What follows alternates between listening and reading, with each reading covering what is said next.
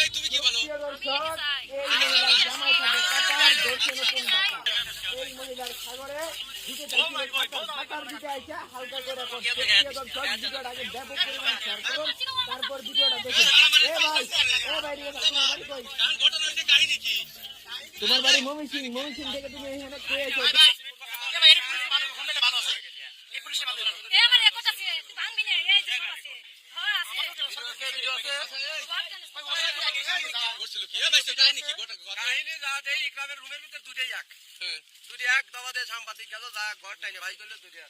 মানে কাজ করা ছিল যেটা কালকেও কাজ করে দিয়েছে।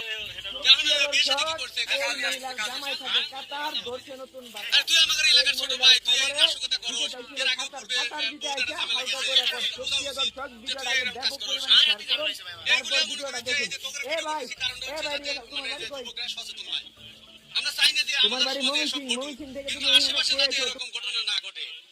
মানে এর আগেও পূর্বে আমার একদম বাড়ির সাথে আর কি, তো ওই মানে কাছাকাছি গ্রামে, একই গ্রামে আর কি, তো পূর্বেও এরকম একটা ঘটনা হয়েছিল।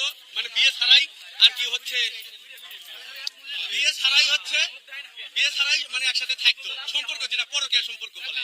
তো ওই জায়গা থেকে এদের মেয়ের সাথে প্রতারণা করে, পরবর্তীতে নিয়ে ঘরে উঠে যাইবার চালি ও পলায়। তো ওই জায়গা থেকে পরে আর ধরে বেরিয়ে পারে না কোনোভাবেই।